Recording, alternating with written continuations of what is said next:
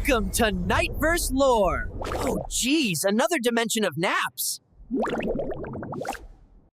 There are nights when the world forgets how to hurry, when even the wind slows its restless wandering to listen for something it cannot name. In the village of Millhaven, nestled between rolling hills that held the day's warmth like cupped palms, such a night arrived with the gentleness of a mother's touch.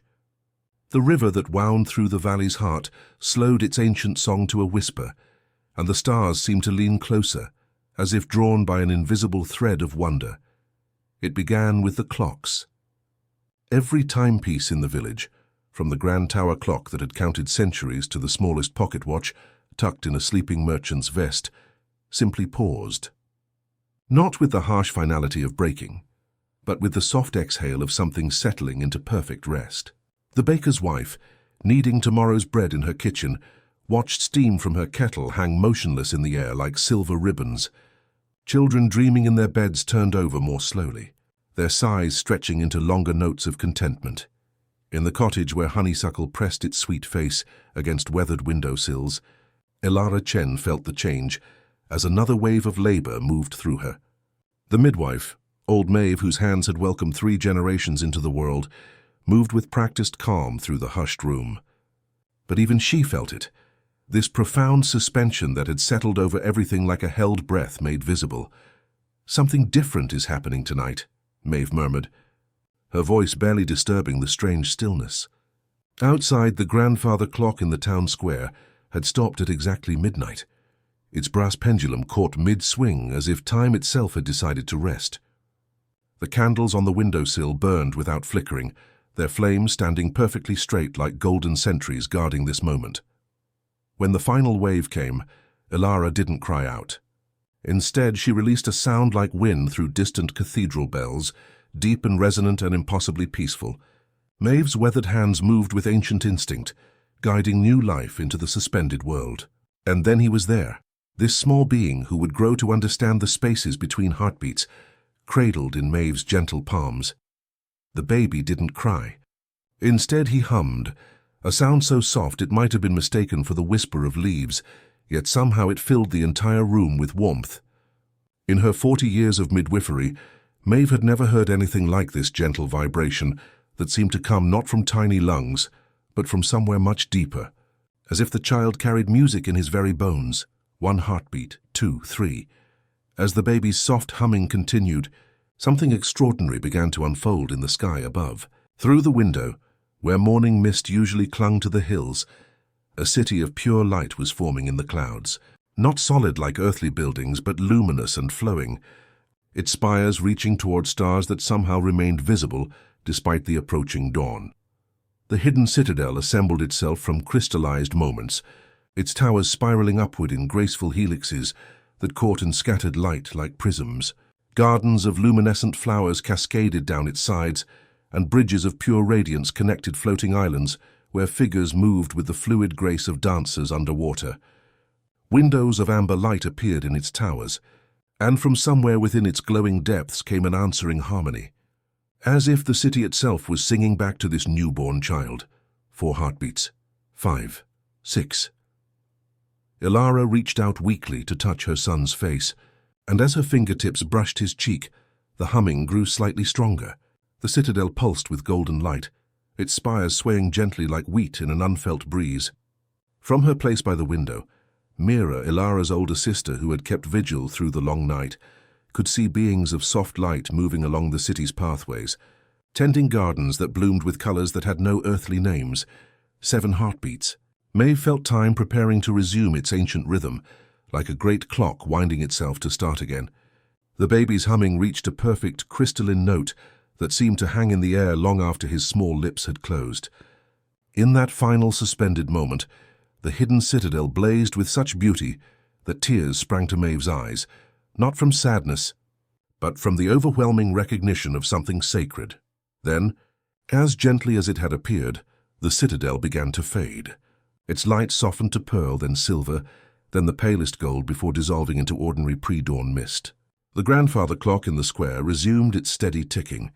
The river began to flow again, and throughout the village, people stirred in their sleep with dreams of luminous cities and gentle songs, but the memory lingered. Maeve wrapped the baby, this child who would be called Kale, in the softest blanket Elara had embroidered with tiny stars.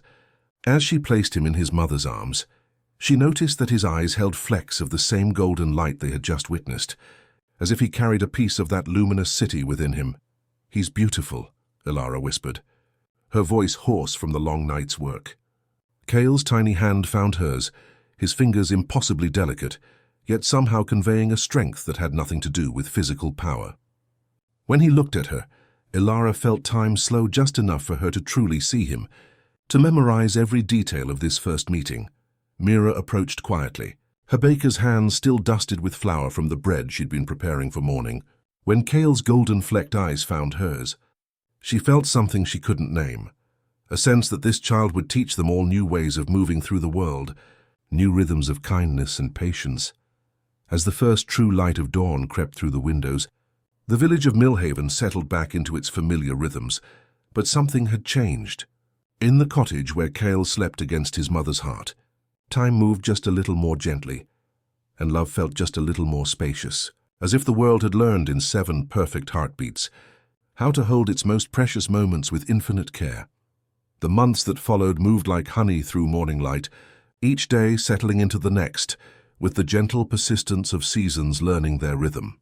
In the cottage where Kale had been born under that extraordinary sky, life found its new pattern around the quiet miracle of his presence.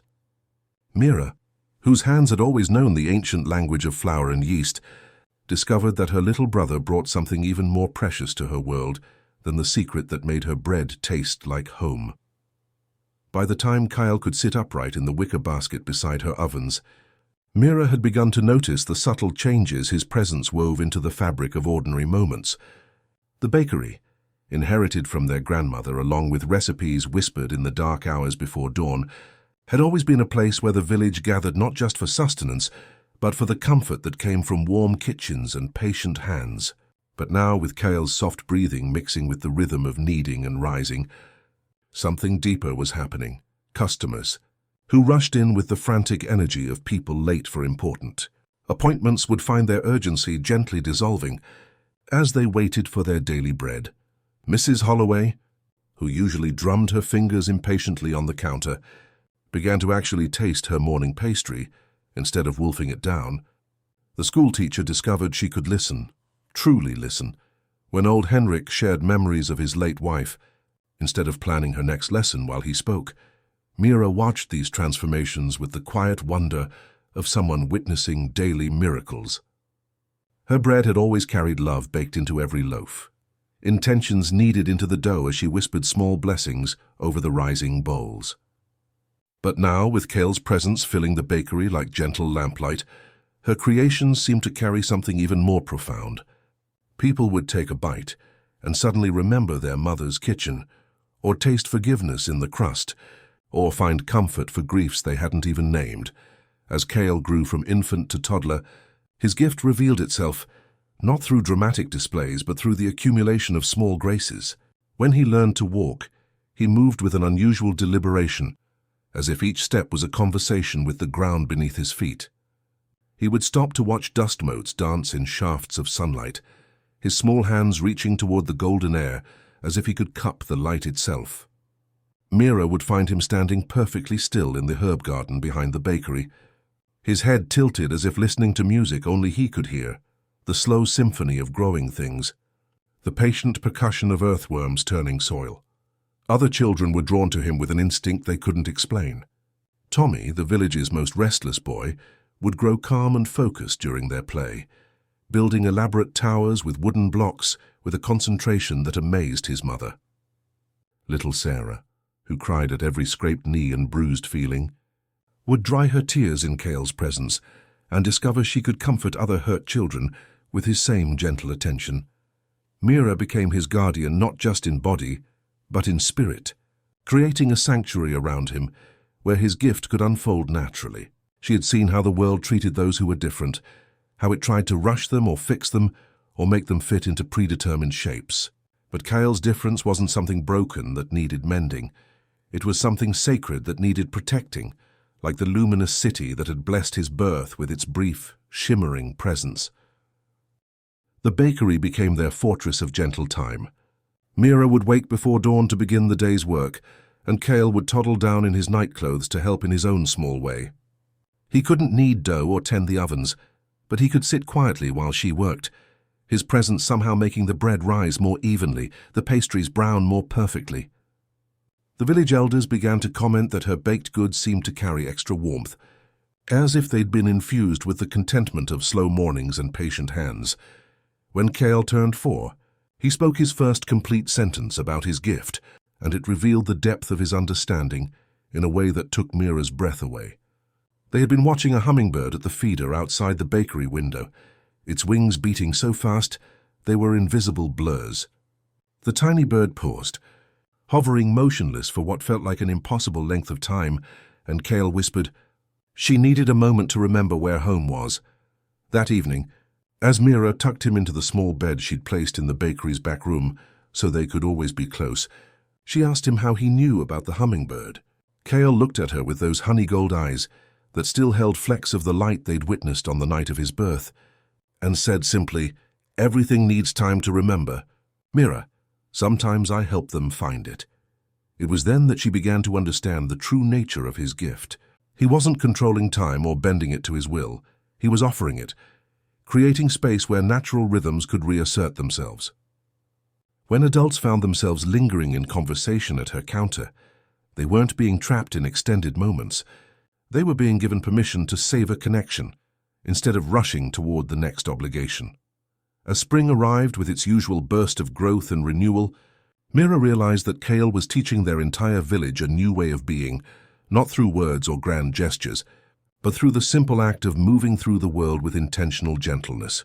And in the quiet hours before dawn, as she shaped tomorrow's loaves with flour-dusted hands, she would whisper her gratitude to whatever force had blessed them with this child who carried patience in his very bones, this keeper of moments who reminded them all that the most precious things in life were found not in rushing forward, but in learning how to truly stay.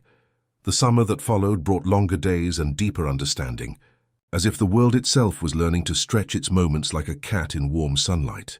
Cale, now 5 and moving through life with the deliberate grace of someone who understood that each step was a conversation with the earth beneath his feet, had begun to venture beyond the comforting walls of Mira's bakery.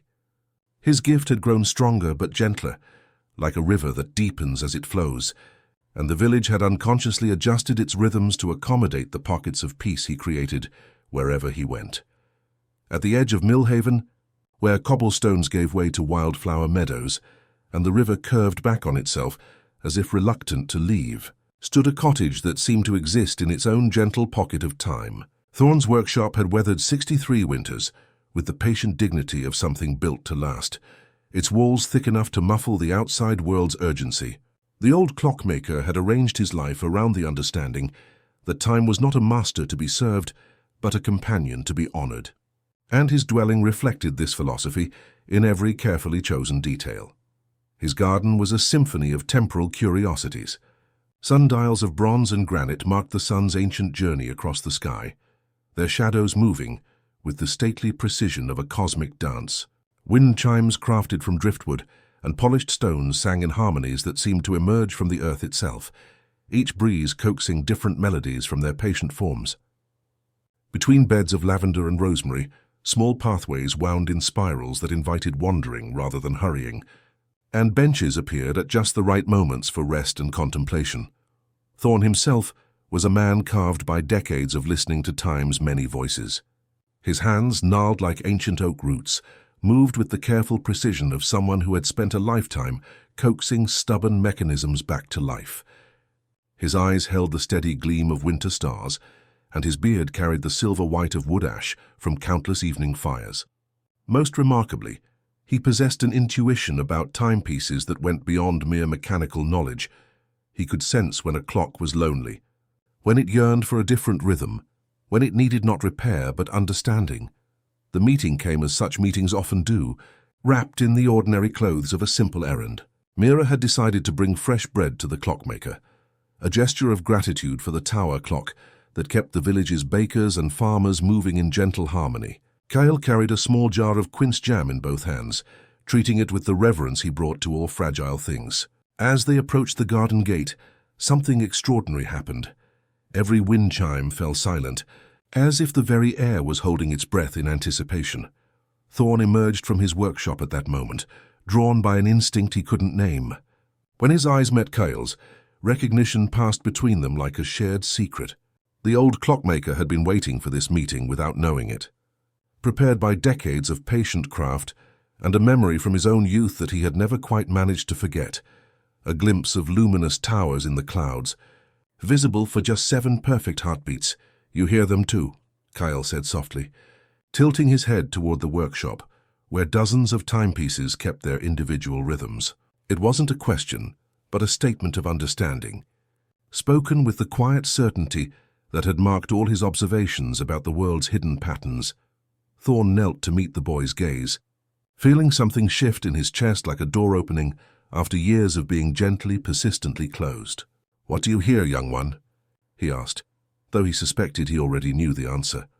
"They're all trying so hard to match something," Kyle replied, his small hand reaching toward the workshop door as if drawn by invisible threads. "But they don't know what. Each one wants to sing its own song, but they think they're supposed to sound the same. It makes them sad." Inside the workshop, surrounded by the gentle symphony of mechanical hearts, Kyle moved with the wonder of a child discovering a magical forest. He paused before each timepiece, listening to its particular voice with the focused attention he brought to all living things. When he stopped before a mantle clock that had refused to run since its owner's passing, Thorn watched in amazement as the boy placed his small palms against the wooden case and hummed a melody so soft it was barely audible. "She misses the person who used to wind her every morning," Kyle whispered. And slowly, impossibly, the clock's hands began to move, not with mechanical precision but with the gentle rhythm of a heart learning to beat again after great sorrow. From that afternoon forward, Kyle began visiting Thorn's workshop regularly. Drawn by the old man's intuitive understanding of time's deeper mysteries, Thorn became his first teacher in the art of temporal listening, showing him how to attune himself to the natural rhythms that pulsed beneath the surface of ordinary life. They would sit together in the garden as evening painted the sky in shades of gold and lavender, learning to hear the patient pulse of growing things, the slow drumbeat of roots extending deeper into earth, the quiet breathing of sleeping birds, the steady heartbeat of the world itself. As autumn arrived with its gift of longer shadows and cooler air, their lessons deepened into something approaching wisdom. Thorn taught Kale that every living thing carried its own temporal signature, contributing to the great symphony of existence. The boy's gift, he explained with gentle reverence, wasn't to control time, but to help others remember their own natural pace, to create space where authentic rhythm could emerge from beneath the world's accumulated hurry. In the quiet hours of those teaching days, as golden light slanted through workshop windows and the village settled into its evening rhythms, both teacher and student understood that they had found something precious, a companionship built on shared wonder, a friendship that honored the sacred spaces between heartbeats where all true learning begins. Winter wrapped itself around Millhaven like a soft blanket, bringing with it the kind of quiet that invites deeper listening. In Thorn's workshop, where steam from their evening tea mingled with the gentle symphony of ticking clocks, Kale's lessons had begun to bloom into something more intentional. The gift that had always lived within him like a seed was now growing roots, spreading into conscious understanding of how to offer the world small sanctuaries of time. "You don't command a moment to slow," Thorn would say, his weathered hands cradling a cup of chamomile tea as they sat by the workshop's great window. "You invite it to rest, the way you might ask a tired bird if it would like to perch on your finger." Kale absorbed these teachings with the patient attention he brought to all sacred things, learning that his gift was not about bending time to his will, but about creating space where natural rhythms could remember themselves. The first time he used his ability with full intention came on a morning when frost painted delicate ferns across the bakery windows. Mrs. Holloway burst through the door, her face streaked with tears and her hands trembling as she fumbled for coins. Her grandson Tommy had fallen from the old oak behind the school, and panic had transformed her usual brisk efficiency into scattered fragments of worry. Kyle, who had been helping Mira arrange warm scones in their wicker baskets, felt the woman's fear like a discordant note in the bakery's usual harmony. Without thinking, yet with more awareness than ever before, he reached out with that part of himself that understood the spaces between heartbeats. The air around Mrs. Holloway seemed to thicken with presence, as if time itself was offering her gentle arms to lean into. Her frantic movements softened into something more manageable. Her breathing deepened from sharp gasps to slower draws that actually filled her lungs. In the pocket of peace Kyle had offered, she could remember that the doctor had said, Tommy would be fine. That love sometimes wears the fierce mask of worry but doesn't need to be carried alone. Thank you, dear, she whispered as she left with her basket of healing treats, though she couldn't have said exactly what she was thanking him for. She only knew that the world felt more manageable, that her concern had transformed from overwhelming panic into the kind of care that could actually be useful. As the weeks passed, Cale learned to read the subtle signs that indicated when someone might benefit from his gift. The young mother juggling too many tasks while her infant cried, the baker from the neighboring village whose competitive urgency was making his bread dense and joyless, the schoolteacher rushing past with lesson plans scattered like fallen leaves. All of them moved through his awareness like instruments, slightly out of tune, and he began to offer them moments of reprieve, with the gentle precision of someone learning to tend a garden. But it was with the village children that his gift found its most natural expression. Tommy, recovered from his fall but still carrying the restless energy that had led to his accident, discovered that time moved differently when he played with Kyle. One afternoon in the meadow behind the bakery, Tommy reached toward a late monarch butterfly, his movements too quick and certain for such a delicate encounter. Cale felt the story of a wing about to tear and drew a breath that seemed to round the edges of the air itself. The butterfly's descent slowed just enough for Tommy's wonder to catch up with his hands. Wait, Kyle whispered, and this time Tommy waited. The monarch landed on his knuckles like a living jewel, and the boy's grin softened into reverence. When the butterfly lifted off, Tommy kept his hands open. The lesson held more precious than any capture. I didn't know I could be gentle enough, he said, almost to himself. Little Sarah, whose sensitivity to the world's sharp edges had always made her quick to tears, found that Cale's presence created a buffer zone where her feelings could exist without overwhelming her. She learned to sit quietly beside him in Thorn's garden, absorbing his patient attention to beauty, until she could offer the same gift to her own experience of wonder and hurt. On an evening glazed with gold, Kyle witnessed two young people from the weaving house pause at the footbridge over the river. Their fingers brushed and then retreated, shy as deer at the edge of a clearing. He felt their hesitation and offered a small widening of time, a quiet clearing where neither past nor future pressed too hard. The breeze smoothed, the river held its breath, and when their foreheads finally touched, the moment held all the tenderness it needed to become a memory worth treasuring. Through it all, Mira watched with the protective love of someone who understood that her brother was learning to carry a beautiful burden. Each use of his gift required something from him, not exhaustion exactly, but a kind of gentle sharing, as if he was offering his own life force to create these pockets of peace. One evening as they worked together preparing dough for the next day's bread, she asked him about the feeling of using his gift. Kyle considered her question with thoughtful care, his small hands continuing to help shape the loaves. It's like sharing breath, he said finally, his voice carrying quiet wisdom. When someone is holding their breath because they're scared or rushing, I breathe a little deeper, so they remember they can too. But breathing is meant to be shared anyway, isn't it? The trees breathe out what we breathe in, and we breathe out what they need. It's all one conversation, and sometimes people just forget how to listen to their part. In the growing darkness outside, punctuated by the warm glow of their kitchen windows, the village of Millhaven settled into its evening rhythms with the gentle contentment of a community, learning to honor its own natural pace, guided by a child who understood that the most profound magic was found not in grand gestures, but in the simple act of helping others remember how to breathe. The seasons turned as they always had, but something in their rhythm had shifted, like a familiar song played just a little too fast.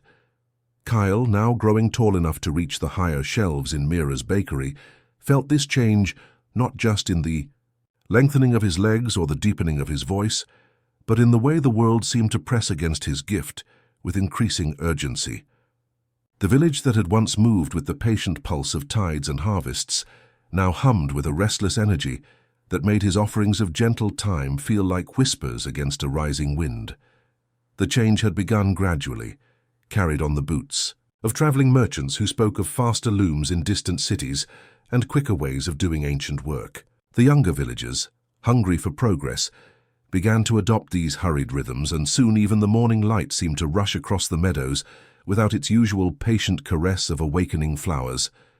Kyle found himself working harder to create those pockets of peace, drawing more deeply from that well of quietude within himself, to offer moments of rest to hearts that had forgotten how to slow down. It was during the preparations for the regional harvest festival, an honor that had come to Millhaven for the first time in decades, that the village's new urgency reached a fever pitch. What should have been received with quiet pride instead triggered a collective panic about deadlines and presentations, about proving their small community worthy of such attention. The baker from neighboring Thornfield arrived daily with competitive advice. The mayor called urgent evening meetings, and even old Henrik found himself hurrying to repair fences that had waited patiently all winter for his attention. On the morning when everything changed, Kyle stood in the village square watching the frantic preparations unfold around him. Booths were being assembled with sharp, impatient gestures, voices carried the edge of barely controlled stress, and children who should have been playing were instead being drilled on proper behavior for distinguished visitors. The very air seemed to vibrate with collective anxiety, pressing against Kyle's chest like a physical weight that made it hard to breathe. He felt their fear beneath the bustle, fear of judgment, of not being enough, of failing to represent their beloved village with proper dignity. Mrs. Holloway dropped a tray of sample preserves, and her frustrated tears mixed with sticky sweetness on the cobblestones. Tommy's father snapped at the boy for running too close to the decorations, his worry disguised as anger. The potter stacked bowls with trembling hands, each clink against another, carrying the sound of nerves stretched too thin. Without the careful consideration that Thorn had taught him, without the gentle awareness that usually guided his offerings, Kyle reached out with his gift and tried to embrace them all at once. He wanted to give the entire village a moment to breathe, to remember that festivals were meant to celebrate abundance rather than create suffering. His intention bloomed from love, but it spread too wide and held too tight. The effect was immediate and deeply unsettling. The square didn't slow to a comfortable pace. It became trapped in amber. Conversations stretched into incomprehensible drawls, words losing their meaning in the spaces between syllables. Mrs. Holloway's gesture toward a booth diagram became a motion through air thick as honey, her arm suspended in graceful but unnatural curves. The mayor's anxious pencil tapping against his podium transformed into a rhythmic thudding that echoed strangely in the suspended atmosphere. Instead of creating the sanctuary he intended, Kyle had built a soft prison. People looked around with growing confusion and a claustrophobic sense that something fundamental was wrong. The natural flow of life had been replaced by an artificial stillness that felt more like suffocation than peace. A child's balloon, tugged upward by unfelt wind, hung motionless like a small, impatient moon.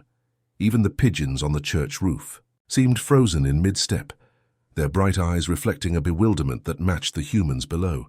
Panic rose in Kyle's chest as he realized what he had done.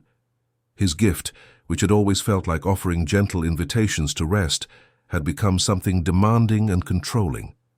He tried to release his hold on the moment, but fear made his ability clumsy, and the artificial pause only deepened, pressing against the edges of the square like invisible walls that wouldn't yield. It was Thorn who found him first, the old clockmaker's weathered hands settling on Kyle's shoulders with the steady presence that had anchored so many of their lessons. "Breathe with me, young one," he whispered, his voice somehow carrying clearly through the thickened air. "Time is not clay to be molded, but water to be invited to flow. Let go of trying to help, and simply be present with what is." Mira arrived moments later, her baker's intuition having guided her to the square when she felt the strange heaviness settle over the village. She knelt beside her brother, her flour-dusted hands gentle on his face as tears streamed down his cheeks. "Your heart was exactly right," she said softly.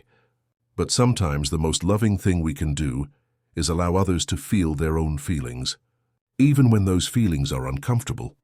Following their guidance, Kyle stopped pushing against the moment and instead allowed himself to sink into it. He felt the fear and urgency of the people around him, not as problems to be solved, but as experiences to be witnessed with compassion. Gradually, naturally, the artificial pause began to dissolve. The balloon drifted upward, conversations resumed their normal pace, and the air cleared of his well-intentioned interference. As people shook their heads and continued their preparations, most remembering only a vague sense of having lost a thought, Kyle learned the hardest lesson yet about the responsibility that came with his gift. The difference between a pause and a hold, Thorne explained later in his garden, is that a pause asks permission. A hold assumes consent. Many ways to guide emotion, but only one that honors the motion's own nature. In the weeks that followed, Kyle practiced a different kind of offering. Instead of trying to slow the world's urgency, he learned to anchor himself in his own natural rhythm, becoming a steady point around which others could remember their own pace. He discovered that sometimes the most profound gift was simply to remain calm in the center of chaos, offering by example rather than intervention, the possibility that peace could exist even in the midst of great activity. And on the evening when the festival preparations finally settled into their natural rhythm, as Kale helped Mira arrange tomorrow's special breads in their baskets, he felt a new presence approaching on the road beyond the village, not urgent or demanding, but patient and curious, carrying something that felt like maps and memories and the scent of distant rain. He didn't reach for it with his gift.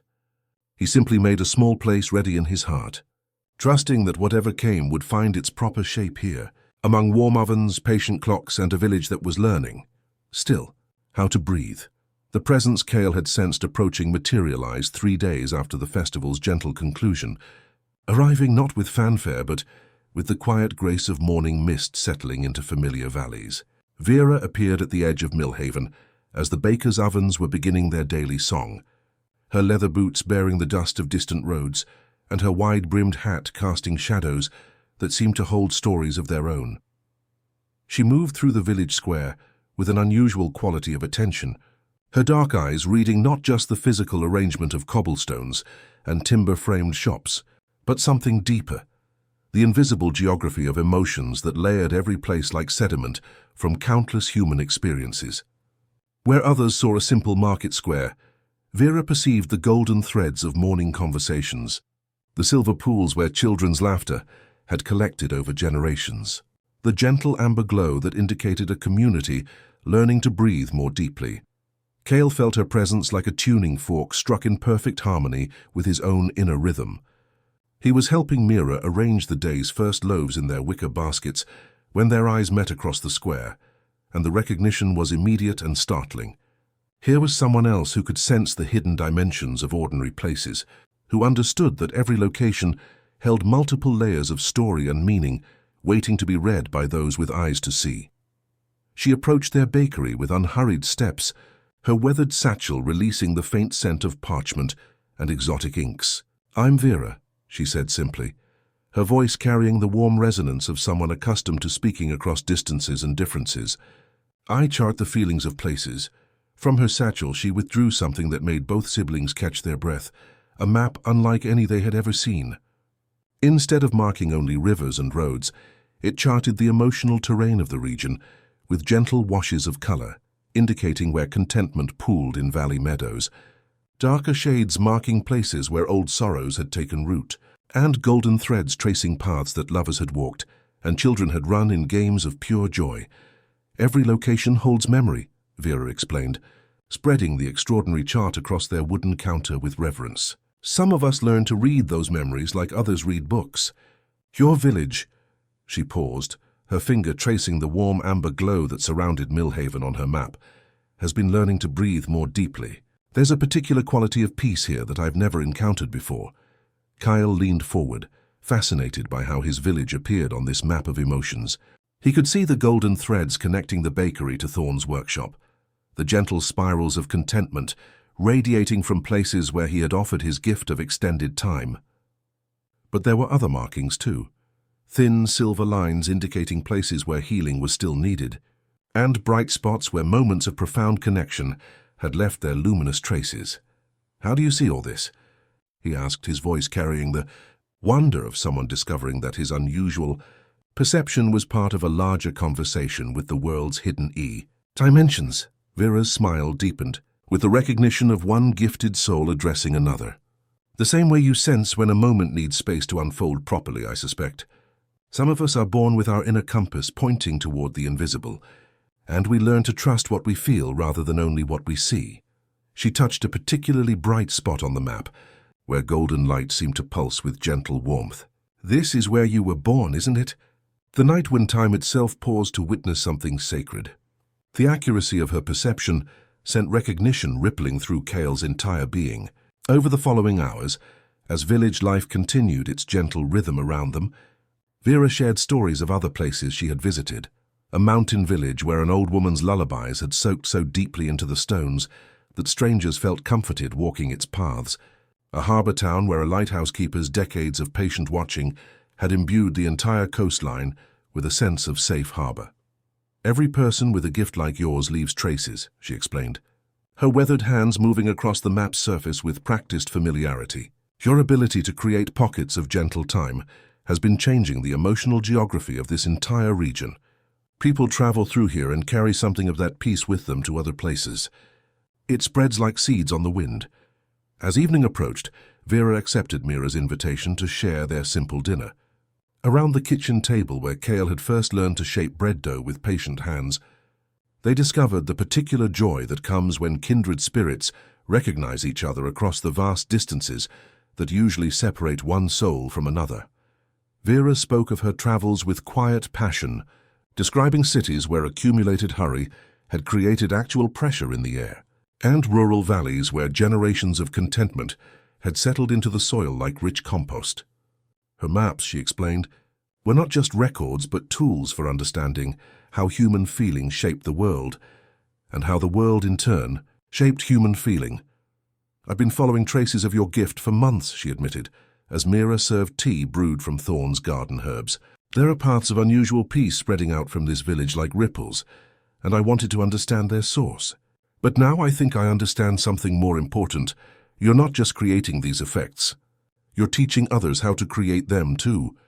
In the gentle lamplight, with sounds of a village settling into well-earned rest drifting through open windows, Kale felt something new beginning to unfold.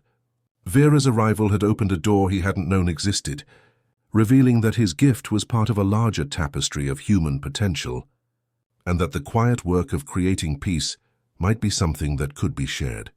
Taught and spread far beyond the boundaries of any single village, along roads that knew how to honor the sacred spaces between one heartbeat and the next. The morning when departure called to them arrived not with urgency, but with the gentle certainty of seasons changing, as natural as leaves turning gold or bread rising in warm kitchens. Vera had spent a month in Millhaven, her presence weaving itself into their daily rhythms like morning mist, settling into familiar valleys, and during those peaceful weeks, both she and Kale had begun to sense that his gift carried purposes beyond the loving boundaries of their village. Mira understood before words were spoken, the way bakers know when dough has risen enough or when ovens have reached their perfect heat. She packed their provisions with the same reverence she brought to her daily bread, wrapping loaves that still held the warmth of her hands and tucking small jars of preserves that tasted like captured summer. "For the moments when the road forgets how to nourish," she whispered, pressing the bundle into Kale's arms with a smile that held both blessing and gentle sorrow. Thorn appeared at their door as dawn painted the sky in shades of pearl and gold, carrying a compass unlike any conventional instrument.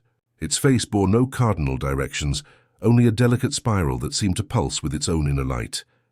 "This points not toward magnetic north," he explained, placing it in Kale's palm where it immediately began to hum with quiet recognition, but toward places where time moves most naturally, where the world remembers its own rhythm. They set out as the bakery ovens were warming for the day's first batch, following paths that Vera called the slow roads, routes that connected not the fastest ways between destinations, but the places where human hearts had learned to beat in harmony with deeper rhythms. These were the paths where pilgrims had walked in centuries past, where lovers had wandered hand in hand, where children had run in games of pure joy, leaving traces of their contentment soaked into the very earth. Their first encounter came at a crossroads where an ancient oak had grown around a weathered milestone, its bark embracing the carved stone like gentle arms holding a sleeping child. A traveling merchant sat beneath its shade, his cart tilted at an awkward angle and his face creased with the particular frustration of someone fighting against circumstances beyond his control. Kyle felt the man's agitation like discordant notes in the grove's natural harmony.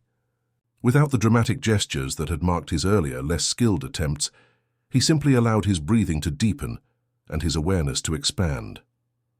The space around them settled into a more spacious rhythm, and the merchant's frantic muttering gradually slowed to thoughtful consideration. In the pocket of calm that emerged, he noticed what his panic had hidden, that his cartwheel had merely come loose rather than broken, requiring only minutes of patient adjustment rather than hours of despair.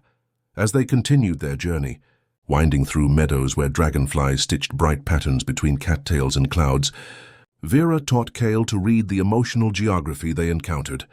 Here a patch of earth where laughter had pooled near a crooked fence, creating soil so rich that wildflowers grew in particularly joyful colors. There a shadowed hollow where an old quarrel had left the air slightly bruised, though not beyond healing. In an ancient forest where trees wore time like velvet robes, they discovered places where minutes moved like centuries, each step deeper into the woods feeling like a slow descent into a vast green cathedral. The light filtered through the canopy with patient grace, and even their footsteps seemed to echo with the weight of ages. Here Kyle learned that his gift was less about creating pauses and more about aligning with rhythms that already existed, allowing himself and others to become part of the world's profound, unhurried breathing. They met a woodcutter whose worry had made his hands reckless, swinging his axe before seeing, chopping before choosing, until the grove itself had grown tense around his frantic energy. Kale stood beside the man and demonstrated a different way of being ready. Alert but not anxious, prepared but not rushed. The woodcutter felt the difference like a quieter teacher, stepping out from behind familiar trees, and his next swing carried both precision and kindness. By a lake that held the sky with such steadiness that birds seemed grateful for its presence, they encountered a widow sitting on a fallen log, her dress hemmed damp where the water kept reaching toward shore. She spoke not in complaint but in memory, how her husband had whistled while carving spoons, how he had eaten strawberries as if each were a miracle rather than habit. Kale asked the evening for a little more time, not to escape loss but to let the telling find its natural completion. The colors stayed a shade longer, and her last story found its gentle landing. As they climbed into higher country where wind carried whispers from other seasons, Kyle's understanding deepened with each encounter.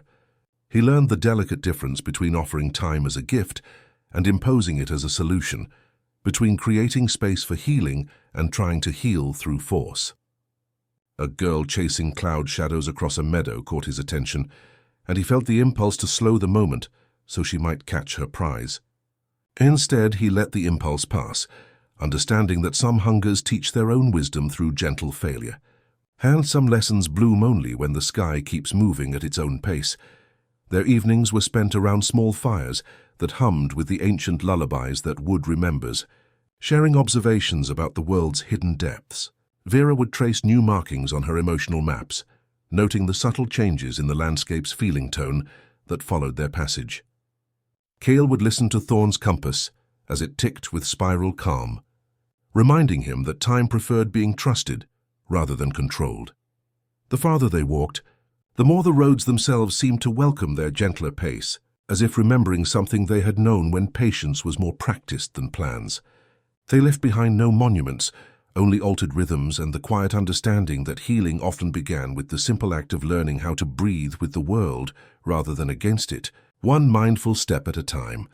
The compass in Kale's palm had been humming with increasing warmth for 3 days, its spiral face pulsing with a gentle insistence that drew them away from the inland paths towards something that smelled of salt and starlight. Vera felt it too, a shift in the emotional geography of their journey, as if the slow roads themselves were guiding them toward a destination that had been waiting patiently for their arrival. When the sea finally revealed itself beyond a rise crowned with wild roses, they found more than the endless conversation between wave and shore. There, standing sentinel on a weathered promontory, where granite met the eternal patience of tides, rose a lighthouse unlike any beacon they had ever seen. Its white tower wore the dignity of decades spent in dialogue with storms, but its light pulsed not with the harsh urgency of maritime warnings, but with the gentle rhythm of a great heart, keeping time with something deeper than navigation. As they climbed the salt-worn path toward its door, a familiar figure emerged from the herb garden that cascaded down the lighthouse's southern face. Mira stood there with soil on her hands and the particular contentment that comes from tending growing things, her smile carrying the warmth of homecoming and the quiet joy of someone who has found her proper place in the world's vast conversation. "I've been waiting," she said, though none of them had planned this meeting. The dreams started 3 months ago, dreams that tasted of bread rising by lamplight and clocks that ticked with the rhythm of breathing. This place called to me the way flour calls to yeast, the way morning calls to ovens that know their purpose. She led them up the lighthouse's spiraling stairs, past rooms that had been transformed from utilitarian storage into something approaching sanctuary. Where once rope and oil had waited for storms, now simple beds offered rest to souls exhausted by their own temporal turbulence. The kitchen that had fed generations of keepers now served meals prepared with the same reverence Mira had once brought to village bread, each dish carrying the patient nourishment of someone who understood that healing often began with being properly fed. In the lamp room at the tower's crown, they discovered the lighthouse's true purpose. The great clock that dominated the circular chamber was no ordinary timepiece, but a mechanism that seemed to breathe with the sea itself. Its face bore no numbers, only the gentle spiral that marked natural rhythm rather than artificial division. The pendulum, carved from driftwood polished smooth by countless tides, swung with the deep resonant pulse of waves meeting shore, not the mechanical precision of city clocks, but the organic patience of tides that had been keeping their appointments with land for millions of years. "It doesn't measure time," Mira explained, her hands resting on the clock's brass housing with the familiarity of someone who had learned to listen to its deeper conversation. "It offers time. People come here carrying the weight of rhythms that have forgotten how to serve them, hearts racing toward futures they fear, minds trapped in past moments they can't release. The clock remembers what their bodies have forgotten, about moving through the world with natural grace." Their first visitor arrived before the evening light had fully settled into its golden conversation with the sea. A merchant from the inland trading routes climbed the lighthouse stairs carrying ledgers whose numbers had blurred together like rain on windows, his mind so tangled in calculations and deadlines that he had forgotten the taste of his own success. In the lamp room where the great clock kept its patient dialogue with the waves below, Kale felt the man's frantic internal rhythm like discord in a gentle symphony. Rather than imposing slowness, Kyle learned to attune the clock's heartbeat to invite natural pacing. He placed his awareness alongside the pendulum's swing and felt for the merchant's own buried rhythm, the pace at which his heart wanted to beat when not driven by artificial urgency. Gradually, imperceptibly, the room's temporal atmosphere shifted to accommodate both the clock's tidal patience and the man's need to remember his own natural speed of thinking and feeling. As the merchant's breathing deepened and his shoulders released their accumulated tension, he began to speak not of profits and losses, but of the satisfaction he had once found in connecting distant communities through trade, the simple pleasure of bringing exotic spices to tables that had never tasted such wonders. The clock's gentle presence had created space for him to remember why his work had once felt like service rather than servitude. A young mother arrived the following week, carrying an infant whose sleep had been fractured by the world's accumulated noise, both of them caught in cycles of exhaustion that fed on themselves like storms drawing energy from their own winds. In the lamp room's golden embrace, where time moved with the patience of growing things, Mira prepared tea that tasted of chamomile and sea air while Kale helped. The great clock found a lullaby rhythm that honored both the baby's need for rest and the mother's need to feel competent in her care as autumn painted the coastline in shades of amber and rust. The lighthouse established itself as something unprecedented, a sanctuary not for ships, but for souls, a place where the ancient arts of temporal healing could be practiced with the depth and dedication they deserved.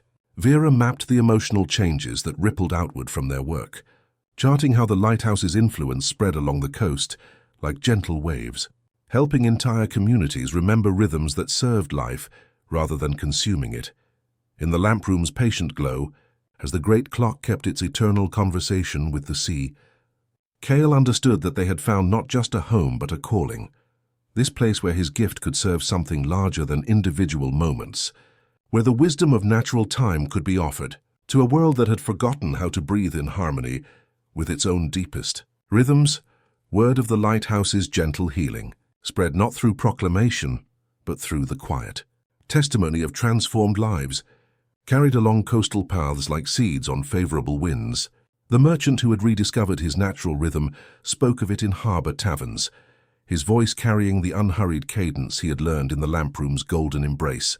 The young mother, whose infant now slept with the peaceful breathing of tides, shared her story with other weary parents who gathered at village wells, and something in her presence made their own shoulders relax, their own breath deepen. By autumn's arrival, when morning mist clung to the lighthouse grounds like gentle prayers, people began arriving not as desperate refugees from time's tyranny, but as pilgrims seeking to learn the arts they had witnessed in neighbors who had returned carrying new rhythms in their very bones. Vera's emotional maps charted this spreading influence like ripples across still water, golden threads of contentment extending inland along trade routes and pilgrim paths, connecting communities that had never spoken, but now shared something deeper than words. It was during one of these gatherings, as visitors shared evening meals prepared with Mira's patient love, that the idea emerged like dawn breaking slowly over calm seas. An elderly weaver from the mountain villages spoke wistfully of her grandmother's stories about harvest celebrations that lasted not hours but days, where time moved with the stately grace of seasons changing rather than the frantic pulse of modern obligations. "We have forgotten how to celebrate the spaces between moments," she said, her weathered hands gesturing toward the lighthouse's spiral clock, whose pendulum swung with the eternal patience of waves meeting shore. "Perhaps it is time we remembered." Vera looked up from her charts where she had been tracing the gentle influence spreading outward from their sanctuary. "Every community carries its own relationship with time," she mused, her voice carrying the wonder of someone discovering new territories on familiar maps. "Some have learned to rush, some have learned to delay, but all of them remember, somewhere in their collective memory, what it feels like to breathe in harmony with natural rhythm." The Festival of Gentle Moments was born from this recognition, conceived not as an event to be organized, but as an invitation to be offered. Word traveled back to Millhaven through letters that smelled of sea salt, and carried the unhurried script of hands that had learned to write without rushing toward the next word. Thorn, reading such a letter in his workshop while clocks ticked their individual songs around him, smiled with the satisfaction of someone seeing seeds finally sprouting after a long, patient winter. When Cale and Vera returned to their village, following slow roads that had grown even more generous with their gifts of unhurried beauty, they found a community transformed not by grand gestures, but by the accumulation of small graces. Children played games that honored process over outcome. Adults lingered in conversations that had room for comfortable silences, and even the village clock seemed to tick with a gentler insistence. The festival unfolded during the week when autumn light grew most generous, painting the village square in colors that seemed to hold extra warmth. Rather than stages and spectacles, they created circles within circles, each dedicated to a different aspect of temporal tenderness. The meditation circle invited participants to sit quietly, while minutes stretched like warm afternoons, guided by Cale's presence as he had learned to offer it, not as control but as invitation, not as direction but as sanctuary. In the storytelling corner, tales unfolded at the speed of growing flowers, with pauses that honored both the teller's need to find the right words and the listener's desire to truly absorb what was being shared. Mrs. Holloway told of watching a single dewdrop cling to a spider's web for an entire morning, reflecting the whole world in its tiny sphere, while children lay on their backs and traced cloud shapes that changed with stately grace they rarely noticed in their faster lives. But it was in the sharing circles that the festival's deepest magic revealed itself. Here people offered their most treasured pauses to others, the moment when a child's fever finally broke and relief flooded through a parent's chest, the stillness that followed a perfect piece of music when applause seemed too small to contain the gratitude, the pause between lightning and thunder when the world held its breath in wonder. Cale moved through these gatherings not as a teacher, but as an anchor, his presence creating the temporal atmosphere where such sharing could flourish. He had learned to sense when a circle needed more spaciousness for difficult emotions to emerge, when laughter needed room to echo without being rushed toward the next moment, when silence itself required protection from the world's accumulated hurry. As evening painted the sky in shades of gold and lavender, the festival participants gathered for meals eaten slowly, thoughtfully, with gratitude for every bite and every shared glance. Mira's bread, baked with the same reverence she brought to all her work, seemed to carry the essence of patience itself, and people found themselves tasting not just flour and yeast but the care that had gone into its making, the love that had shaped each loaf with unhurried hands. On the festival's final evening, as participants shared stories around fires that crackled with the ancient lullabies that wood remembers, they understood that they had experienced something that could be carried home and planted in their own communities. The lighthouse had given them more than healing. It had shown them how to become healers themselves, how to create pockets of temporal sanctuary wherever life called them to serve. And in the gentle darkness that followed, as the village settled into sleep with the contentment of a community that had remembered how to breathe together, a new thread entered the night's weave, a faint melody, shy as dawn birds humming at the edge of hearing, patient as tomorrow waiting just beyond the fence. The melody that had whispered through the festival's final evening did not fade with the dawn, but grew clearer as morning mist lifted from the village square, carrying with it the soft footsteps of someone who had been following that gentle song across distant meadows and slow roads. Luna appeared as the bakery ovens were warming for their daily conversation with flour and yeast, her small form emerging from the pearl-grey air like a figure stepping out of a patient dream. She wore a blue coat that had learned the language of many weathers and carried a cloth bundle that smelled of lavender and distant rain. When she paused beside the fountain, where carved stone dolphins played their eternal game with captured sunlight, Cale felt her presence like a familiar chord struck in harmony with his own inner rhythm. But where his gift created pockets of extended present, hers reached toward tomorrow with the delicate precision of fingers testing water temperature before diving in. "The sadness is lifting from the baker's heart," Luna said softly, her voice carrying the clear certainty of someone reading obvious text written in the air itself. "And the school teacher will remember something beautiful about her mother when Tuesday's light falls just right through her classroom window." She tilted her head, listening to frequencies beyond normal hearing, her young face growing thoughtful. "But the man with the worried hands will need help finding his way back to kindness." Vera emerged from Thorne's workshop, where she had been updating her emotional maps, drawn by the same recognition that had guided her to Kyle years earlier. The child's presence registered on her awareness like a new color appearing in familiar landscape, and when their eyes met, she saw the particular brightness that marked souls who had been touched by the hidden Citadel's luminous influence. Mira appeared in the bakery doorway, flour dusting her hands like morning snow, and without hesitation opened her arms to welcome this child who hummed melodies that tasted of tomorrow's feelings. In the warm kitchen where bread rose with patient certainty, Luna found the sanctuary her sensitive nature required, settling onto the wooden stool beside the great hearth as if she had always belonged there. Luna's gift revealed itself gradually, like dawn painting the world in increments too subtle for casual observation. Unlike prophecy, which dealt in events and outcomes, her sensitivity touched the feeling states that approaching hours would bring, the quality of joy that would color a celebration, the particular shade of melancholy that might accompany an autumn afternoon, the warmth that would bloom in hearts when unexpected kindness arrived. "I don't see what will happen," she explained to Cale as they sat by the river, its waters flowing with their usual patient grace. "I feel how it will feel, like sensing whether tomorrow's rain will be gentle or fierce, whether the wind will carry comfort or restlessness. Your gift makes space inside moments. Mine listens to the moments that haven't arrived yet, so we can prepare our hearts to meet them properly." Her humming served as a gentle compass for these emotional currents. When she sensed approaching contentment, her melody carried the warmth of hearth fires and shared laughter. When she felt the approach of necessary sorrow, her song became a lullaby that helped hearts prepare for healing tears.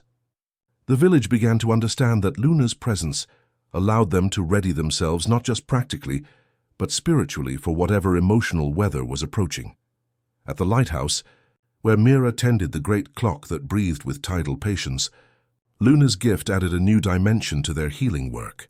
She would sit in the lamp room, her humming blending with the pendulum's ancient rhythm, sensing the emotional needs of visitors even before they climbed the salt-worn path to their door. This allowed them to prepare the perfect welcome: warm tea for someone carrying anxiety, a quiet corner for one burdened by grief, gentle music for a soul seeking solace. Together, Kale and Luna discovered that their gifts created a complete temporal sanctuary. While he could offer extended present moments where healing could unfold naturally, she could sense when such moments would be most needed and help people prepare their hearts to receive them. A young couple arrived at the lighthouse carrying words they couldn't find courage to speak. Luna sensed that their capacity for difficult honesty would peak during the hour when sunset painted the lamp room in shades of forgiveness, while Kale felt the quality of presence that would allow such vulnerable truth-telling to unfold safely. As autumn deepened into conversations between gold leaves and patient earth, Luna's melodies began to carry hints of something larger approaching. Not specific events, but a quality of change that felt like the sky remembering something very old and important. "There's a weather system forming," she whispered one evening as they gathered around Thorne's workshop, where clocks ticked their individual songs of time's many voices. "Something that will ask us to use everything we've learned about creating space for difficult transformations." Her words carried no alarm, only the quiet awe of someone witnessing the world preparing for profound shift. Kale felt Thorne's compass warm in his pocket, its spiral face pulsing with steady, reassuring light. Whatever was approaching, they would meet it not with fear but with the accumulated wisdom of their shared journey, anchored in the gentle understanding that some truths bloom only when given the gift of time. In the lamp room's patient glow, as the great clock kept its eternal conversation with the sea, and Luna's humming wove tomorrow's possibilities into tonight's peace, they understood that their community of temporal healers had found its completion. They possessed not just the ability to slow urgent moments and map emotional landscapes, but to sense what was coming and help hearts prepare to meet it with grace, one gentle breath at a time. The atmospheric pressure Luna had been sensing crystallized into reality on a morning when the lighthouse's great clock began to tick with unusual urgency, its pendulum swinging faster, as if trying to outrun something approaching from beyond the horizon. The celestial conditions that had marked Kyle's birth were returning, but where that night had brought gentle pause and luminous visions, this convergence carried the accumulated weight of 27 years of temporal debris, moments that had been rushed past without proper attention, pauses that had been denied their natural space, rhythms that had been forced into artificial patterns. Luna stood in the lamp room with her hand pressed against the glass, her humming now carrying undertones of deep concern, mixed with profound awe. "It's not coming to harm us," she said softly, her voice carrying the certainty of someone reading clear text written in tomorrow's emotional weather. "But it's enormous, like the world remembering how to breathe differently, or time itself deciding to stretch and settle into a more comfortable position. Everything that's been moving too fast will have a chance to slow down, but everything that's been stuck will need space to flow again." The first manifestations appeared as subtle dislocations in the fabric of ordinary experience. Conversations would pause mid-sentence, as speakers temporarily lost the thread connecting one thought to the next, not from distraction, but from the gentle loosening of sequential time. A child's laughter would echo before the joke that caused it, and tears would dry on cheeks before the sorrow that called them forth had fully formed. The village baker found herself kneading tomorrow's dough, while yesterday's loaves were still cooling, though she felt no confusion, only a sense of time folding like pastry layers into something richer and more complex. Kale felt the approaching storm as a profound shift in the world's underlying rhythm, like hearing a familiar song played in a different key.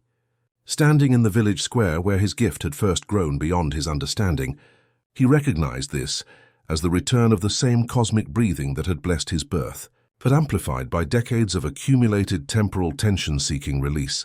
Where that night had brought 7 heartbeats of perfect pause, this convergence would require sustained presence through whatever transformations were about to unfold. Rather than trying to slow or control the approaching chaos, Kale made a choice that drew on every lesson learned in quiet workshops and patient lighthouse rooms. He settled onto the cobblestones in the square's heart and opened his awareness to encompass not just his own natural rhythm, but the deeper pulse that connected all living things. Instead of creating pockets of extended time, he became an anchor point, around which temporal turbulence could organize itself into navigable currents. The effect rippled outward like stones dropped in still water. Where moments had begun to scatter like wind-blown leaves, they now formed gentle spirals around his steady presence. A mother who had briefly lost recognition of her own child felt the thread of love reconnect, warm and unbreakable. A farmer confused between dawn and dusk found quiet certainty in his heart about tending his animals, even as the sky played tricks with light and shadow. The man with worried hands, whose tasks had dissolved into meaningless gestures, discovered he could simply sit near Kale's stillness and trust that coherence would return. From the lighthouse, Mira tended the great clock with the devotion of someone keeping vigil during a difficult birth. The pendulum's tidal rhythm provided a steady heartbeat around which the storm's effects could organize themselves, its patient dialogue with the sea serving as a reminder that even dramatic changes were part of natural cycles. Vera worked to map the emotional shifts rippling through their region, her charts filling with new colors as communities experienced collective release from decades of accumulated temporal pressure. Luna's humming became a navigation tool, her melodies helping people sense which currents would carry them toward healing and which might overwhelm their capacity for change. She guided children through moments when they briefly glimpsed their future selves' wisdom and helped elders navigate periods when they could feel their younger hearts' hopes with startling clarity. Thorn moved through the village with his collection of timepieces, each one calibrated not for accuracy but for comfort, offering their steady voices as anchors for anyone feeling lost in time's temporary fluidity. As the storm reached its peak, the sky above Millhaven opened into that familiar brightness no earthly sun could create. Between layers of pearl-gray clouds, the hidden citadel assembled itself from crystallized moments and patient light, its luminous spires reaching toward stars that remained visible despite the approaching dawn. For 7 heartbeats, perhaps more, perhaps fewer, because counting felt unnecessary, the city of gentle time looked down through them and saw that they had learned to serve rather than control, to anchor rather than grasp.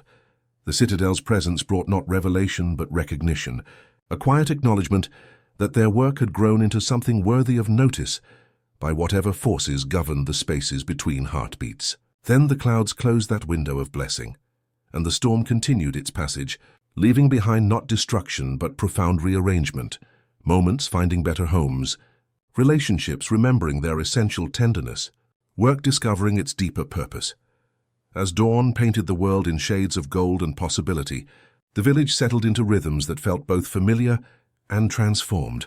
The temporal storm had cleared away decades of accumulated hurry, leaving behind a community that could breathe more deeply into its own authentic pace. People moved with the unhurried grace of those who had been reminded that time was meant to serve life rather than consume it. In the lamp room where the great clock resumed its patient conversation with calming seas, they found chalk spirals traced on the floor where Vera's emotional mapping had intersected with the storm's energy. These delicate patterns pointed inland along 3 different paths, marking places where the Citadel had touched close enough to leave traces, thin spots in the world's fabric where their gifts might be needed most. As they prepared for whatever journeys those spirals might lead them toward, Kale understood that the storm had not come to test them, but to confirm their readiness for larger service.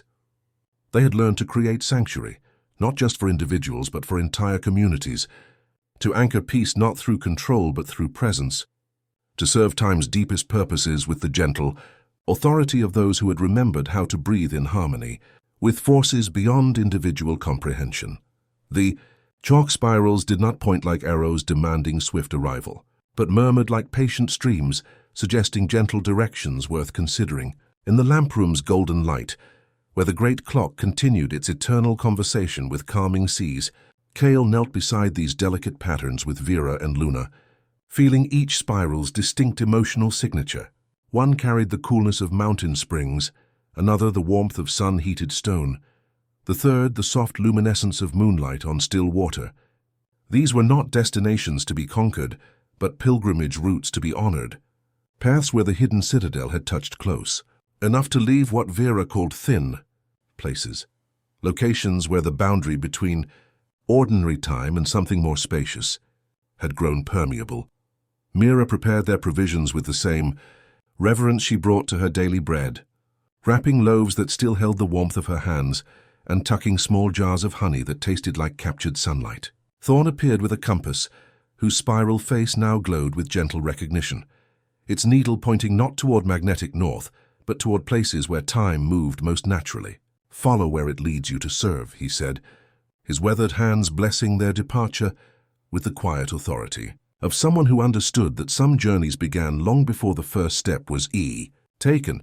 They chose the eastern spiral by the way there, breathing naturally synchronized when they contemplated its cool invitation, and set out as morning mist lifted from meadows that seemed to remember when walking was meditation rather than mere transportation. The path led them through rolling country, where sheep grazed with timeless contentment, their bells chiming gentle rhythms that echoed the land's own unhurried pulse, toward a valley where ancient devotion had worn the boundary between moments thin as silk. The shrine they discovered there had weathered centuries of patient pilgrimage, its weathered stones polished smooth by countless hands, seeking something beyond the reach of ordinary time. Here, where generations of seekers had paused to remember what they were truly seeking, the accumulated peace had soaked into the very earth like rain into thirsty soil. Visitors who stopped to rest found themselves experiencing not visions but presence, the profound quiet that comes when the heart remembers its own natural rhythm. Kayal learned to recognize these thin places by their particular quality of light, as if the air itself had been clarified by proximity to the Citadel's influence. He didn't create the sanctuary but discovered it, helping visitors attune to the peace that had always existed there, waiting for the right quality of attention to reveal itself. Luna's humming shifted to match each location's emotional signature, her melodies helping people understand how to receive the healing that wanted to unfold naturally in such spaces. Their second path led them to coastal villages where fishing communities had preserved rhythms older than clocks, where tides still governed daily life with their patient insistence. In a sea cave carved by millennia of waves, they found chambers that resonated with the deep frequencies of planetary breathing. Here, phosphorescent organisms painted the walls with living light, and visitors could sit in meditation while the tide's eternal rhythm provided a bass note for whatever healing their hearts required. Vera mapped these discoveries with growing wonder, her charts revealing a network of sanctuaries connected like constellations across the emotional landscape.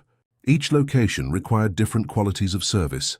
Some needed anchoring presence, others gentle invitation, still others simply the recognition that healing was already happening and required only patient witness. The third spiral led them into ancient forests, where trees measured time in centuries rather than seasons, creating cathedrals of green shadow and patient light. These giants had been growing when Kale was born, had felt the temporal storm that marked his arrival, and had spent decades slowly adjusting their own rhythms to accommodate the new possibilities his gift represented. In their presence, visitors experienced what mystics had always known but rarely sustained, the recognition that all moments were connected, that past and future were simply different rooms in the same vast house of being. Here, in groves where starlight seemed to pool between ancient roots, they experienced their clearest understanding of their true purpose. They were not teachers but gardeners, not healers but those who tended conditions where healing could unfold, according to its own natural wisdom. The hidden citadel existed wherever someone chose to create space for grace, wherever time was treated, not as a resource to consume but as a gift to share with infinite tenderness. As winter approached with its invitation to deeper contemplation, they moved between these sacred locations, like careful gardeners tending a vast invisible garden. Luna's sensitivity to approaching emotional weather helped them understand when each sanctuary needed attention, and when it required solitude to integrate the healing it had facilitated. Their presence didn't impose peace, but recognized where it had always existed, patient as tomorrow waiting just beyond the fence. In the forest grove where ancient trees held centuries of accumulated wisdom, They understood that their pilgrimage had revealed something profound about the nature of sacred work. The most important sanctuaries were not buildings, but qualities of presence, not destinations, but ways of walking through the world with sufficient reverence to recognize the miraculous hiding in plain sight. One gentle breath at a time, the morning arrived wrapped in mist that moved between the ancient trees like slow dancers remembering forgotten choreography, each tendril weaving patterns that seemed both purposeful and patient. They had returned to the grove where centuries-old oaks held wisdom in their rings, guided by Luna's quiet sense that something long-awaited was preparing to reveal itself. The air carried that particular quality of anticipation that comes not from urgency, but from recognition, the feeling of approaching a truth that has been waiting with infinite patience to be discovered. Kyle felt Thorn's compass warm against his palm as they climbed the gentle rise overlooking the Cathedral of Green. Its spiral face pulsed with steady light, no longer pointing toward distant sanctuaries, but glowing with the recognition that they had arrived not at a destination, but at a moment of understanding. Vera spread her emotional maps on a fallen log that had become their impromptu altar, watching in wonder as new colors appeared in real time, golden threads connecting not just the sanctuaries they had tended, but countless locations where people had learned to breathe more deeply, to move through their days with greater reverence. Luna stood with her hand raised as if feeling for invisible currents, her humming barely audible, yet somehow filling the space with harmonies that seemed to emerge from tomorrow itself. "It's gathering," she whispered, her voice carrying the certainty of someone reading clear text written in the approaching light. "All of it. Every moment we've helped create space for grace, every pause we've offered, every breath we've helped someone remember. It's all coming together." As the first rays of sunlight pierced the mist, something extraordinary began to unfold. The light didn't simply illuminate the grove, it transformed it, revealing layers of reality that had always existed but required the right quality of attention to perceive. The mist began to coalesce into luminous architectures that seemed built not from stone or timber, but from crystallized moments of patience, accumulated acts of kindness, the gentle spaces where love had learned to take visible form. "It's not a place," Kale said softly, his voice carrying the wonder of someone finally understanding a truth that had been whispering at the edges of awareness throughout their entire journey. "The hidden citadel isn't somewhere we go. It's something we become." The city assembled itself around them, with the organic grace of flowers blooming in time-lapse, its foundations emerging from the very ground where they stood. But these foundations were built from moments they recognized. The extra second Kale had offered a grieving widow to remember her husband's smile, the pause that had allowed a child to catch a falling butterfly with gentle hands, the extended present where lovers had lingered in their first kiss. Each act of temporal tenderness had become a cornerstone. Each offered breath a building block in this impossible architecture of accumulated grace. Spires rose like spiraled prayers, their walls constructed from Luna's melodies that had helped hearts prepare for approaching change. Bridges of pure radiance connected floating gardens, where Vera's compassionate mapping had bloomed into pathways of understanding. The towers gleamed with the warm light of Mira's nourishing presence, and throughout the entire luminous structure, the steady rhythm of Thorn's clocks provided the heartbeat that kept everything in perfect. "Patient time. We've been building this all along," Vera whispered, tears tracing silver paths down her cheeks as she recognized the geography of kindness made visible. Every time anyone anywhere has chosen presence over productivity, patience over panic, love over fear, they've added another room, another garden, another pathway. The Citadel exists because we keep choosing to construct it, one moment of reverence at a time. They walked through streets paved with crystallized moments, past fountains that flowed not with water, but with the accumulated peace of every sanctuary they had ever tended. The city's inhabitants weren't separate beings, but aspects of everyone they had served. The merchant who had rediscovered his natural rhythm, the young mother whose infant had learned to sleep peacefully, the children who had discovered they could be gentle enough for butterflies to trust their open hands. In the Citadel's heart stood a great library, whose volumes contained not words, but lived experiences, the feeling of grandmothers, hands teaching bread making, the quality of light that falls through kitchen windows, during conversations that heal old wounds, the particular silence that follows perfect music when applause seems too small to contain the gratitude. These experiences could be touched, absorbed, carried away to nourish other moments in other places. Luna's humming reached a crescendo of recognition as she understood that her sensitivity to approaching emotional weather was actually her ability to sense the Citadel's continued construction, feeling when and where the next additions would be needed, when hearts were ready to contribute their own moments of patience to this great collaborative architecture of peace. As the vision reached its fullest clarity, they saw paths extending from the Citadel in all directions, connecting every place where someone had learned to create space for grace, every location where time had been treated as sacred rather than scarce. The network Vera had been mapping was revealed as the Citadel's nervous system, carrying impulses of peace and patience to communities ready to receive them. The luminous city didn't fade but integrated, becoming not something they had seen but something they were.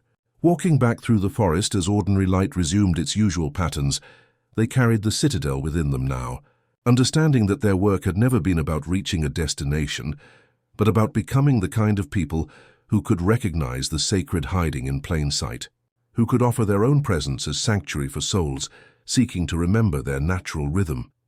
The compass in Kale's palm settled into gentle warmth, no longer seeking but simply witnessing.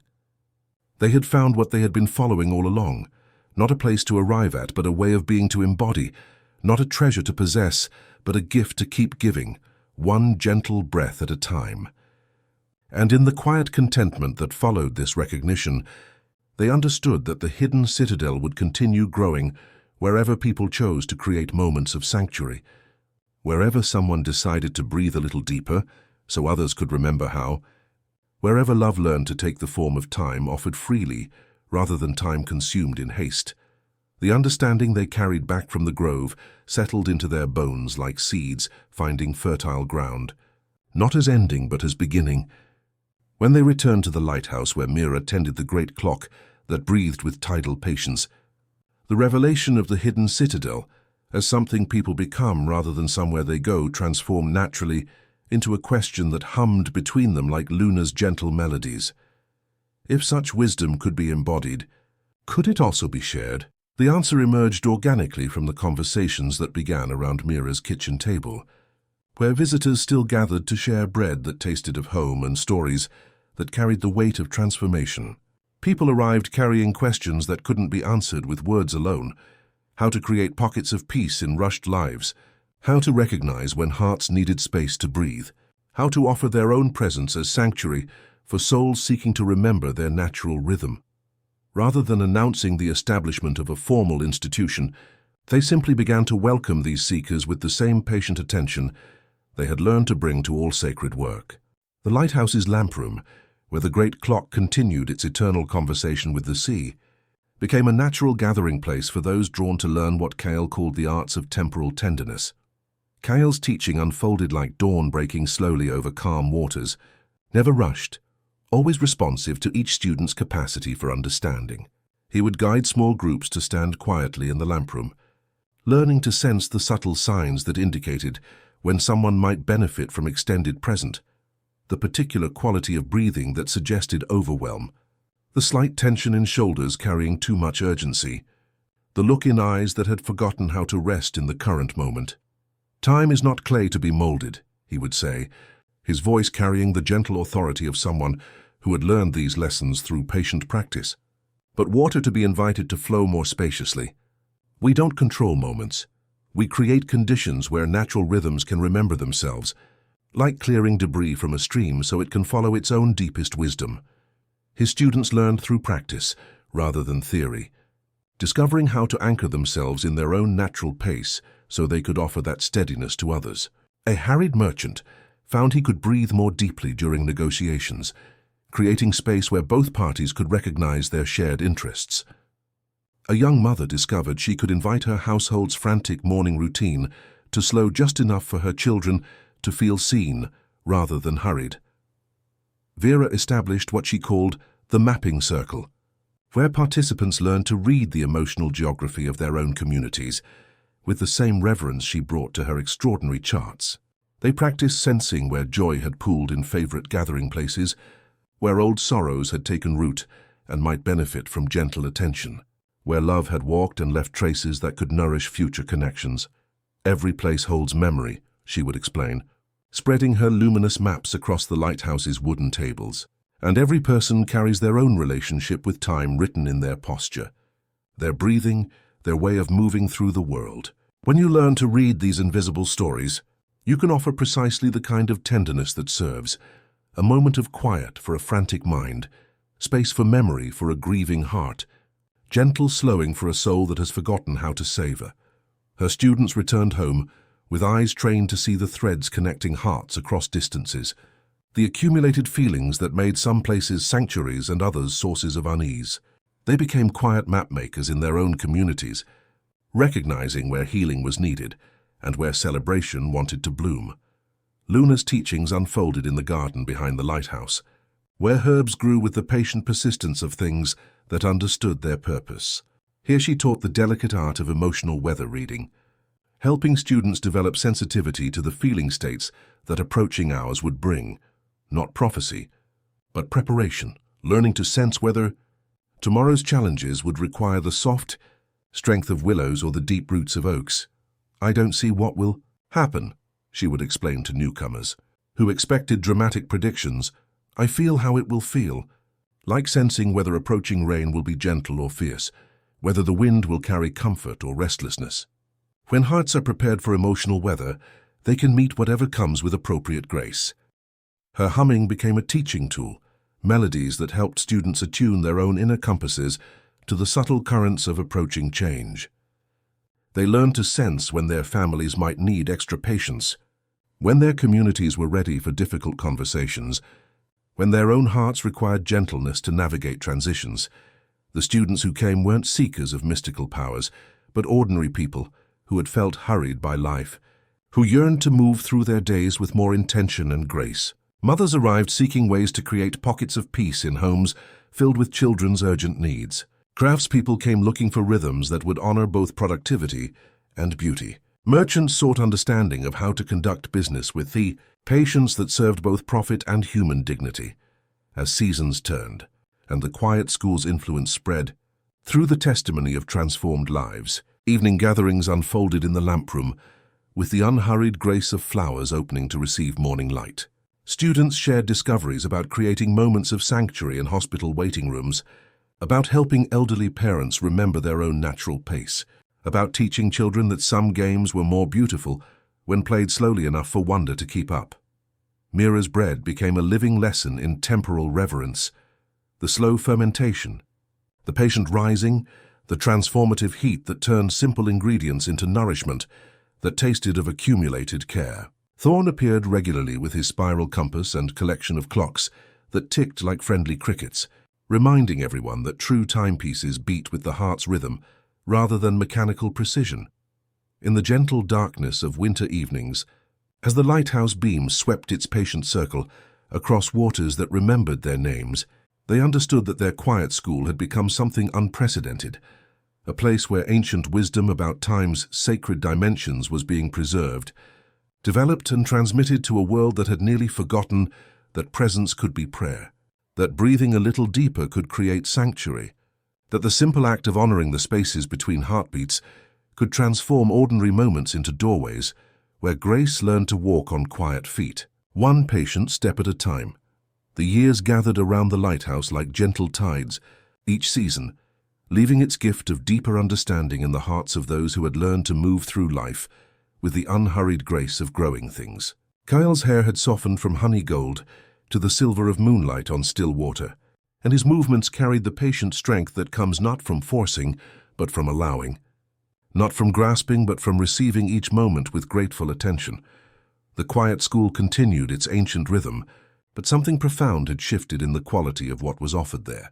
Where once Kale had taught techniques for creating pockets of extended time, he now embodied something even more precious, the eternal pause that existed at the heart of every heartbeat, the still point where love and time met in perfect recognition. His gift had evolved beyond personal ability into participation in forces that had been flowing since the world first learned to breathe. Mira, her hands still dusted with flour from bread that tasted increasingly like captured starlight, would bring him tea in the lamp room, where the great clock continued its patient dialogue with the sea. Her own face now carried the beautiful lines of a life lived with open-hearted generosity, and when she sat beside him in comfortable silence, she felt the quiet wisdom emanating from him like warmth from a familiar hearth. She didn't always understand his words, which had grown more sparse and poetic with age, but she understood his heart, which beat with the steady rhythm of love that had learned to embrace every moment, every change, every gentle letting go. Vera's emotional maps had evolved into something approaching art, their lines now tracing networks of peace that extended across entire continents. When she visited, spreading her luminous charts across the lighthouse's wooden tables, she could see Kyle's legacy not in dramatic alterations of landscape, but in the subtle shift in the world's emotional climate. Communities that had learned to breathe together, families that moved with the patient pulse of tides, rather than the frantic urgency of artificial deadlines. Her maps showed golden threads connecting hearts across vast distances, proof that the arts of temporal tenderness had taken root in countless souls. Luna, now grown tall and steady, had learned to anchor her sensitivity to approaching emotional weather in the eternal present that Kyle embodied. Her humming had deepened into a rich tapestry that wove together past, present, and future into seamless songs of belonging. She understood finally that the feelings she sensed approaching were not fate but invitation, calls to prepare hearts for whatever awaited them with compassion and wisdom. In Kale's presence, these vast temporal currents found their proper rhythm, reminding her that the most profound preparation was simply to rest in the sacred now. Thorn appeared one winter morning with his collection of clocks that had learned to tick like gentle crickets, but his weathered hands no longer worked to repair stubborn mechanisms. Instead, he simply held them, listening to their individual songs with the reverence of someone who had spent a lifetime learning that the most perfect timepiece was a human heart that had learned to beat in harmony with the world's deeper rhythms. He would sit with Kyle in comfortable silence, finding in the younger man's gentle breathing the perfect cadence he had sought throughout his long career as a keeper of time. The students who came to the lighthouse now arrived, not seeking dramatic healing but hoping to remember their own natural rhythm, to learn how to breathe in harmony with forces beyond individual comprehension. They discovered that Kale's teaching had become lived rather than spoken. He demonstrated through his very presence that every breath was an opportunity to create sanctuary, every heartbeat a chance to offer the world a little more patience, a little more peace. As spring painted the coastline in shades of renewal, the Festival of Gentle Moments returned to Millhaven with its familiar celebration of the spaces between heartbeats. But now the celebration had spread to neighboring villages and distant towns, carried by hearts that had learned to create their own pockets of temporal sanctuary. People gathered not around stages and spectacles, but in circles within circles, sharing stories of moments when the world had slowed just enough for grace to unfold. A child's fever, breaking with a mother's relieved sigh. The pause between lightning and thunder, when wonder filled the space fear had vacated. The stillness that followed perfect music, when applause seemed too small to contain the gratitude. On an evening glazed with gold, when the lighthouse beam painted its patient circle across waters that remembered countless arrivals and departures, Kyle felt the approaching transition not as ending, but as transformation. His physical strength was fading with the natural grace of autumn leaves, releasing their hold on familiar branches. But his understanding had deepened into something that felt less like personal gift and more like participation in the eternal conversation. Between love and time, he gathered his closest companions in the lamp room one final time, where the great clock breathed with its ancient wisdom, and Luna's humming carried tomorrow's possibilities into tonight's peace. "The work continues," he said softly, his voice carrying the quiet authority of someone who had learned to trust the deeper currents that guided all authentic service. "What we've learned about creating sanctuary has taken root in countless hearts, and each of those hearts is now capable of teaching others, of creating their own moments of grace." In his final breath, which stretched like a bridge between one world and another, Those who loved him felt the profound quiet that comes when a life has fulfilled its deepest purpose. The great clock continued its patient dialogue with eternal tides. The lighthouse beam swept its blessing across grateful waters. Then, somewhere in the spaces between heartbeats, the hidden citadel continued growing wherever. Someone chose to breathe a little deeper, so others could remember how his legacy lived not in monuments, but in the countless small moments he had helped preserve. In the extra second a mother had to kiss her child goodnight, in the pause that allowed forgiveness to bloom between old friends, in the gentle slowing that let beauty register in hurried hearts, and in the lamp room's patient glow, where new students continued to gather around the great clock that breathed with tidal wisdom. They understood that Kale's true gift had been teaching them to recognize what had always been true, that every moment contained the possibility of sanctuary, every breath the opportunity to offer the world a little more gentleness, a little more grace, and somewhere, in the spaces between your own heartbeats, that practice continues, waiting for you to discover it, to live it, to share it with a world that could always use a little more patience, a little more peace. The hidden citadel grows still, one gentle breath at a time in every heart that learns to stretch into the eternal pause where love and time meet in perfect recognition. Thanks for spending this time with us. Sleep well. Everything's going to be okay, friend.